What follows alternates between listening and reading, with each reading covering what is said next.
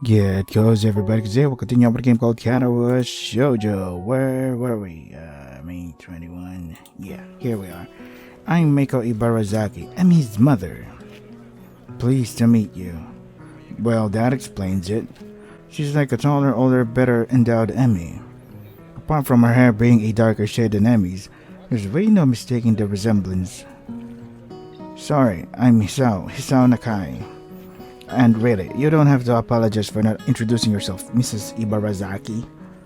That's really Rin's job in this situation, isn't it? Another laugh from Emmy's mother. I take it you've not known Rin for that long then. It's best not to expect her to remember something like that. She's got other things to think about, I assume. Rin nods, seeming pleased by this assessment. She's right. I was thinking about sunsets. You see, it's really up to us to make introductions and the like. For lack of any better response, I nod. Mrs. Ibarazaki leans back a little on her seat and raises an eyebrow. So, how long have you and Rin been dating? My response consists of silence as my brain suddenly lurches into gear, but just before I can begin to utter a hastily babbled explanation, Emmy's mother bursts into laughter again. You're a blusher, aren't you?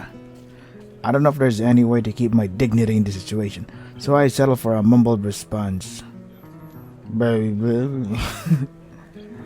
So this must be a new romance then, mustn't it? Wait, that's not the question then. Another laugh. I know, but it's funny to watch you squirm. I'm sorry, forgive an old woman and her amusements. Old woman? She sure doesn't look that old to me. Clearly, Emmy gets her youthful features from her mother. I suppose I can let it go. How kind of you. It's starting. I direct my attention to the track where they're preparing for the first sprint. It looks like a 400-meter dash. My eyes scan the runners before finding Emmy. She's smiling with an almost cocky look on her face. The starter raises his pistol. Ow! Oh my god. Point the gun away from me, you asshole. M explodes off the block, disappearing from the starting line in a blur. It's amazing, even as the other sprinters converge in the lanes closest to the inside line, Amy surges to the front of the pack. By the time she rounds the final turn, some of the other runners have caught up with her. Their efforts come to naught, though, since a final burst of speed from Emmy leaves them at least a half-second behind. Mrs. Ibarazaki whoops and shouts, applauding wildly and generally looking like any other parent cheering on their child. Emmy bounds off the track, looking pleased with herself. I cheer right along with the rest of them. The announcer, sounding suspicious like Misha, gleefully gives the results. I think she's gotten faster since the last time. That was incredible. Mrs. Ibarazaki grins proudly. Emmy's a heck of a runner. We fall silent as the next event is being prepared. I'm surprised to see Emmy striding out onto the track again. Wait, didn't she just run? Emmy's mother nods. Yeah, but she runs multiple events for the team, especially the sprints. It's a lot of running, but Emmy can handle it. From the looks of things, she's right. Emmy doesn't appear to be tired, as if she hadn't run the previous event at all.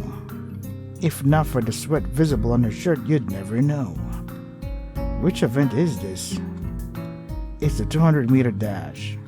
She'll do this one, the 100-meter, and the relay. I see. Ow! Again! God damn it! I think you hate me or something. Once again, the pistol sounds, and once again, Emmy flies off the block. A thumping sound draws my attention away from the race. It's Rin's foot. She seems completely absorbed in the race. Emmy's mother cheers again, and I assume the race is over. Sprints doesn't seem to me like they take very long to complete. Your foot. Your foot was bouncing on the bleachers. Oh, you seem pretty into this stuff. I'm surprised. Rin looks at me quizzically. Why wouldn't I be? No reason, I just thought stuff like sports wouldn't interest you. I suppose you're right. It's not that interesting. But I'm watching Emmy, not the sport. I don't follow. Emmy's the most Emmy when she's run. You don't get to see Emmy at her Emmyest very often. But here, you can. See? She directs my attention toward the track again where the 100-meter dash is about to start. I watch Emmy closely. She gets onto the starter blocks. Her whole body seems to relax, but it's a false relaxation. I can see that she's actually like a coiled spring. As the starter tells everyone to get set, her head snaps up and her eyes narrow slightly. Her mouth curls upward in what could be a grin and could be a growl. Ha! I dodged this time, asshole. Fuck you. When the pistol goes off, ow, God! The shockwave got me. Oh, my ears hurt. When the pistol goes off, it's as if she's been unleashed from a cage, like she was always moving at this blinding speed, but we couldn't see it happening until the starter's pistol dispelled the illusion of motionlessness, and the pistol guy shot me again. Why? Why? What did I ever do to you? It's all over in a few seconds, but in those few seconds, I feel like I just witnessed something very personal for Emmy. Soon as she crossed the finish line, the fierce look was replaced by her normal grin. The conquering general returning to his farm. Amazing. This is really amazing. I've never seen anyone move that fast. Well, don't look at me. I'm far too relaxed to run that fast. No, I think Emmy's prowess all came from her father's side. At the mention of Emmy's father, Mrs. Ibarozaki looks wistful, almost sad. He got her into running, you know. Yeah, she told me. I'm uncertain as to whether or not it would be rude of me to ask after Emmy's father. But after that look on her face a few days ago, I feel compelled to ask. Where is her father now, if I might ask? Emmy's mother hesitates, clearly not willing to answer the question, but at the same time not wishing to appear rude. He isn't around anymore. I'm sorry, I didn't mean to bring up bad memories. Emmy just seemed a little sad when she mentioned him earlier. That's not surprising, considering... Huh? They were very close. I see. A beeping noise suddenly emanates from Mrs. Ibarazaki's pocket. Reaching into it, she pulls out a cell phone and looks at it. Honestly, text messages? What is he, 16? Huh? Oh, nothing. I've got to go meet up with a friend of mine. Will you tell Emmy I'm very proud of her and that I'll call her later tonight? Of course. I'll admit that I zoned out for a while. I almost don't notice that the relay is about to begin, but when I look, I can't find Emmy. I thought that Emmy would be running the relay. She runs anchor, so she won't be running for a while yet. Ah. Did you see it? Huh? Emmy at her Emmyest. Maybe. Maybe this time. Ow, again! Fucking asshole! You got me on the leg this time. The race begins and I cheer Emmy's teammates along as they pass the baton. Wait, let me just edit the music. Oh, too loud on my end. There you go. And finally, I see Emmy sprinting onto the track to take the final handoff. Handoff, I just said round off. Once again, I'm taken aback by how graceful she looks when she runs. It really is beautiful. The look of determination and fearlessness on her face only adds to the picture. Emmy at her Emmyest, I suppose. But then, as she crosses the finish line, I see her stumble slightly. It's only barely, but it's a definite stumble. Red inhales sharply and actually looks concerned for a second. Ah, Emmy. Did she hurt herself, do you think? You notice it too? It must be bad. She frowns as if deciding on the next course of action. Eventually that proves to be too tiresome and she shrugs again. Well, let's go down. Gotta crown the victor. See if we can find a laurel branch. That's not going to be easy. Rin shrugs. At least we tried. Well, we didn't really try all that hard. Or at all, but hey, whatever. Emmy is surrounded by her teammates, all of them congratulating her on the run. Rin seems to be waiting for Emmy to notice that she's arrived. Oh yeah, I guess she can't exactly wave Emmy over. Emmy over, goddammit. Then again, I'm not sure that Rin would do such a thing even if she had arms. It doesn't seem her style to draw attention to herself or to emote beyond shrugging. Either way, I'm not willing to wait, so I wave to Emmy, who looks up and grins happily at me, us. Hey, you showed up. Guess Rin owes me money, huh? We would have brought you a crown of laurels, but Hisao didn't find one. Hey, neither did you. It wasn't my job to look. When did we assign jobs? When I said, see if we can find a laurel branch. Try to keep up. I shrugged, guess Rin's rubbing off on me. Seems it's my fault after all, Emmy. Emmy laughs at Rin at me. It's okay, I'm sure he'll make it up to me somehow. Sure. Good, so how'd I look? I stopped myself from blurting out beautiful or amazing and settled for the substantially safer, very impressive. Emmy seems pleased with the assessment. I don't mention how much more impressive her performance is given her lack of legs. I figure she knows that already. Besides, it seems like it would take away from her efforts somehow. Great to hear. I was worried that I looked a little slow on the relay, but I guess I did fine, huh? Actually, I noticed Rin kicks me and keeps me from finishing my sentence. What was that all about? He noticed it at the end. That's no good. Guess the nurse will look at it for me later. There's a carelessness in her voice, as if it isn't a big deal, but I suddenly notice a slight twitch on her face. She's trying to hide the fact that she's in pain. It's then that I notice her breathing is a little shallow too. I guess she really is hurt. She must notice my concern because she skips up to me and gives me a friendly pat on the shoulder. Hey, you look a little worried.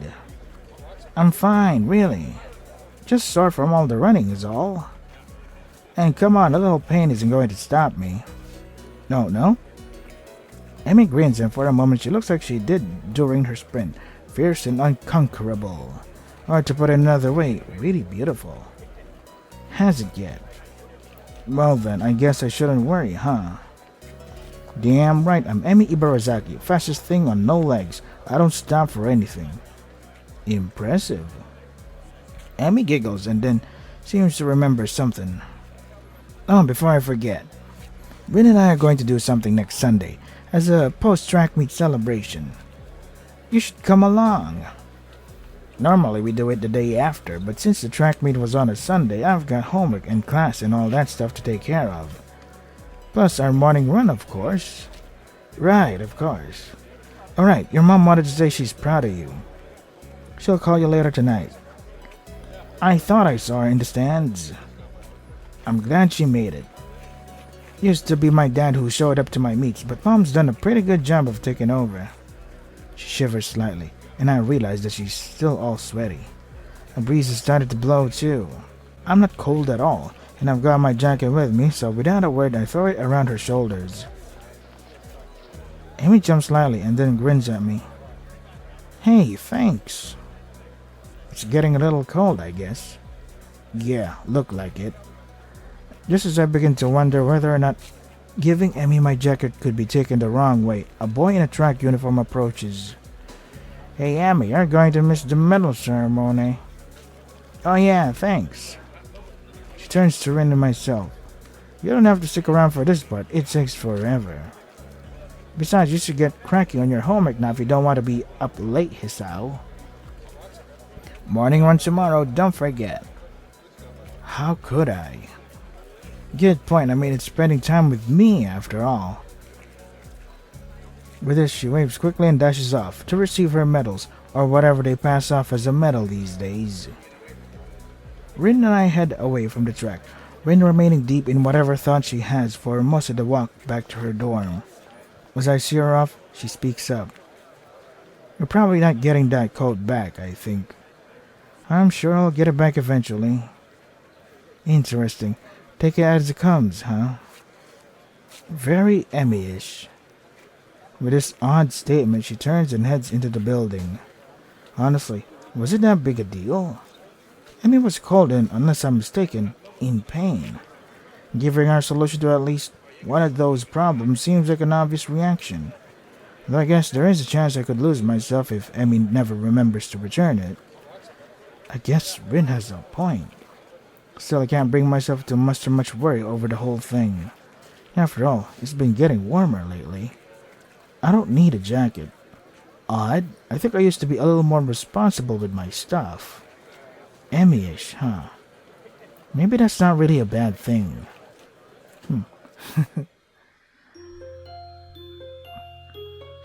Emmy is such a fun personality.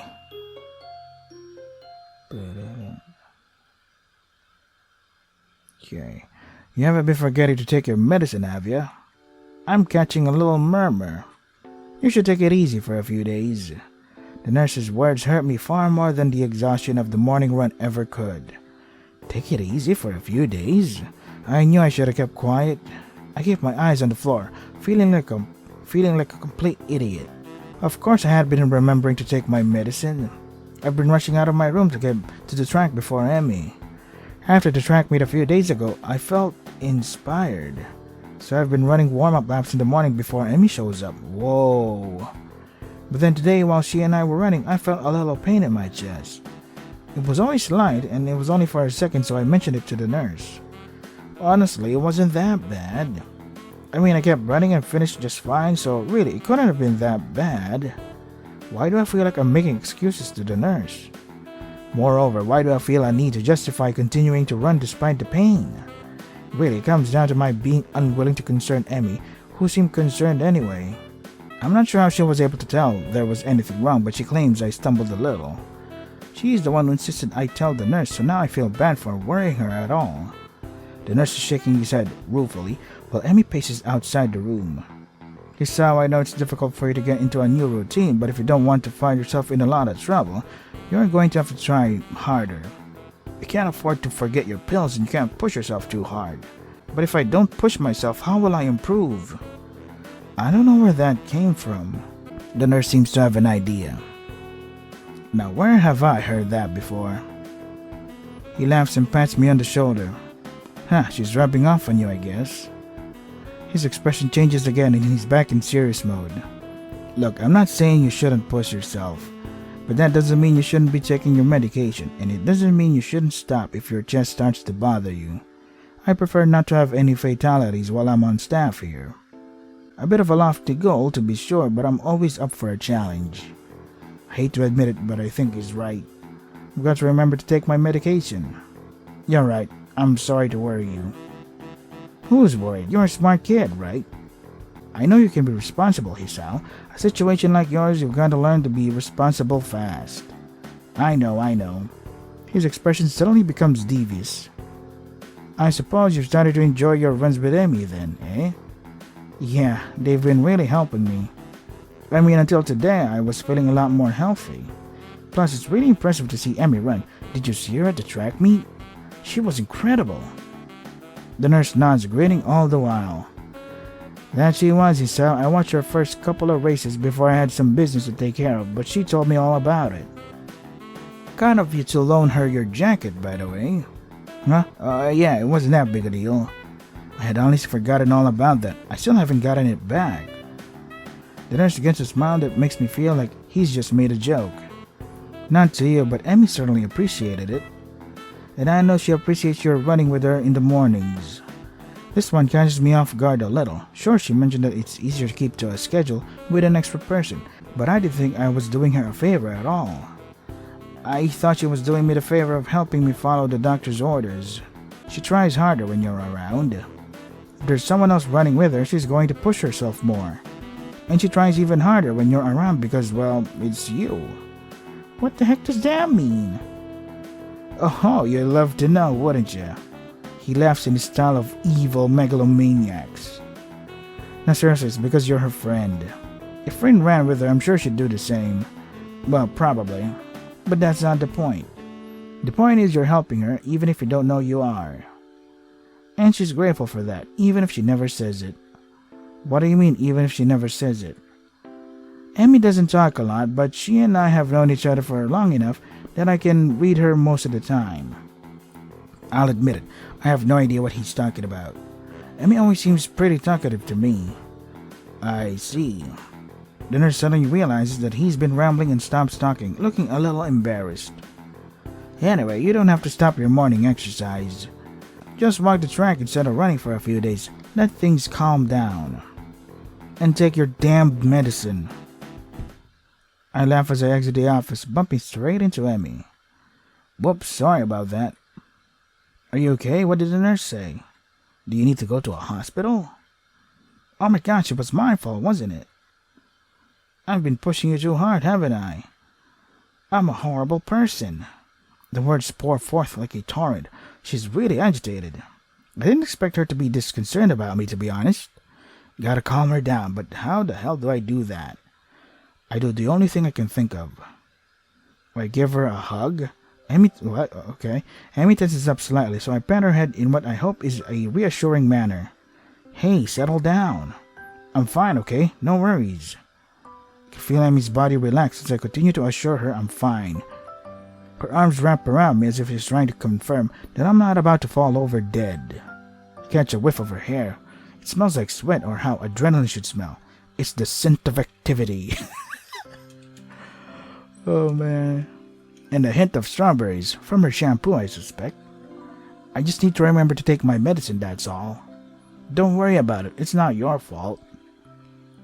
You sure? Her voice is muffled, mostly because at the moment her face is pressed into my chest. Yeah, I'm sure. I just need to take a little easy for the next few days. It suddenly occurs to me how close the two of us are. It also occurs to me how nice being this close feels. I can feel Emmy's heartbeat calming down, and I have to resist the urge to rest my chin on the top of her head. Thank goodness. You really had me worried there, Hisao. Emmy, you're going to come in here anytime soon? Oh, I'm sorry. Was I interrupting? The two of us spring apart as if the other just caught on fire. Emmy brushes her hair back nervously and laughs. Course not. I'll see you later, okay? Oh, and Hisao? Take your damn medicine. The last phrase is punctuated by a punch to the shoulder. Yeah, I'll remember. See you later. The nurse smiles again like he's in on some joke I don't know about and waves to me as I head for my room, feeling a burning in my cheeks. I need a shower. A cold one, if the thoughts running through my head now are any indication. She was really soft. My pills are waiting for me when I take it to my room. I swallowed them without a second thought. I don't know why I didn't think of waiting until after the runs to take them. For some reason I figured it was when I woke up or not at all. But no, they only need to be taken every 24 hours. The exact time of day doesn't factor into it. My thoughts drift back to the hug in the hallway. It's weird you'd expect someone to smell foul after a run, but for some reason, Emmy smelled right. That tinge of sweat just seemed to fit her. I really need that shower. He's developing a scent fetish. These things start early, I guess. Strange that it feels so natural for me to go up to the roof these days. I never would have done such a thing at my old school. In those days, I liked to eat alone. No, that's not quite true. Though I like to sit alone, I also like to watch people. I always figured that was the sort of person I was, but it appears I was wrong. Then again, I also thought I was the sort of person with a normal heart, so there you have it. I don't know myself that well. Now I'm on the roof so that I can have lunch with a couple of people. And they are both girls, which is even stranger. Oddly enough, I feel closer to Emmy and Rin than I felt to anyone at my old school. Somehow I get the feeling that they'd at least visit me if I wound up in the hospital. I focus on the view from the roof, banishing such thoughts from my head.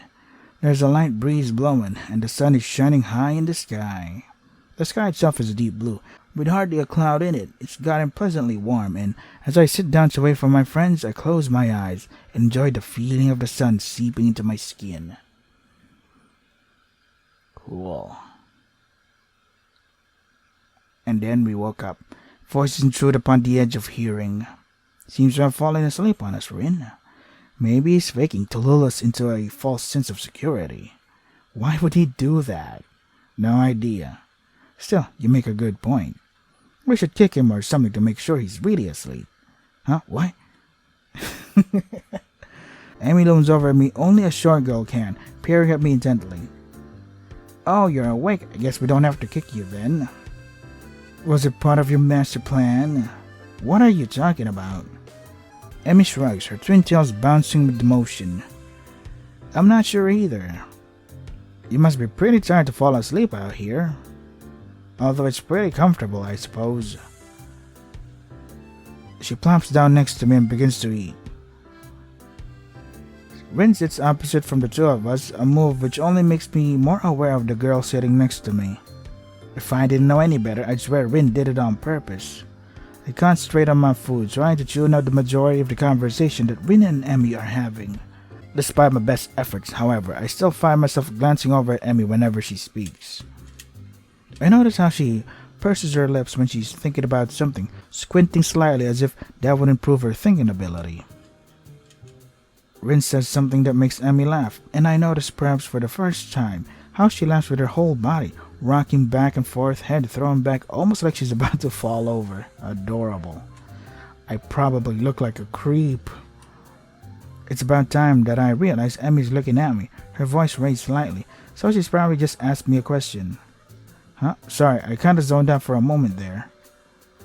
Emmy rolls her eyes, while a slight quirk of the eyebrow is the only sign that Rin's even paying attention. I said, did you get a career survey in your class too? You know, one of those, what do you want to do after high school things? I don't think so. Maybe we'll get one tomorrow. What are you going to put down? That's a really good question. I guess I always figured I'd go to college after high school, but I have no idea what I'd do once I got there. And with the heart attack and all, I'd really been concentrating on each day as it came rather than making long-term plans. I suppose I can safely start planning ahead again. I've always liked having at least a vague plan for my future, so it'll be nice to come up with one again.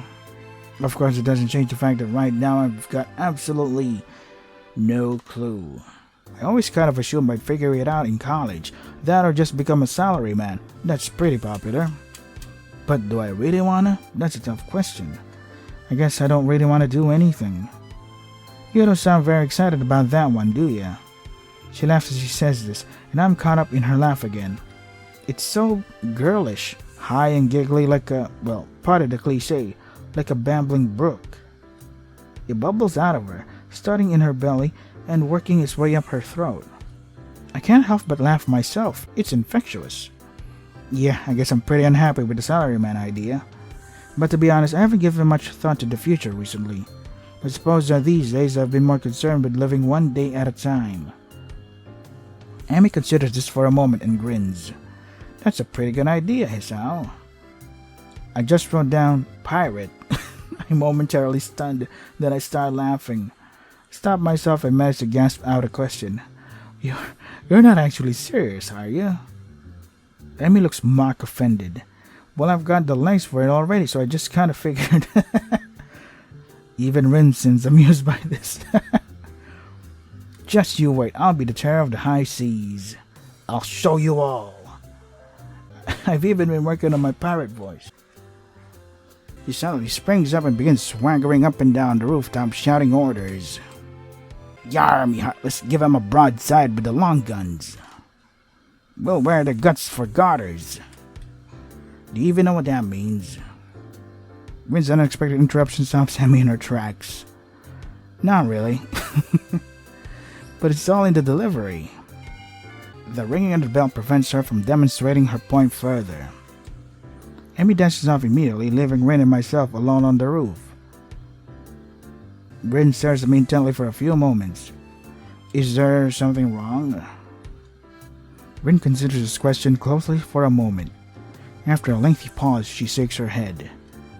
Nope. Oh, why are you staring then? Rin shakes her head again. Nope, I don't get it. Get what? The starting thing. You two seem to, but I don't. Great, she saw me staring. Now she probably thinks I'm a pervert or something. Actually, probably not. This is Rin we're talking about after all.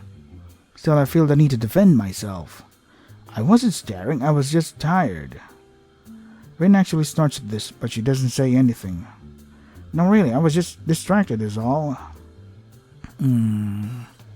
Eager to end this conversation, I head back down to class. I'm greeted by the twin inspectors of Shizune and Misha, looking like they mean business. I have to end it here, fellas, because I have to prepare for work. Oh my god. What kind of progress are we making? There you go. So this is Katawa Shoujo. If you want to try the game for yourselves, the links are in the description. That is all for today. Stay safe and take care of yourselves.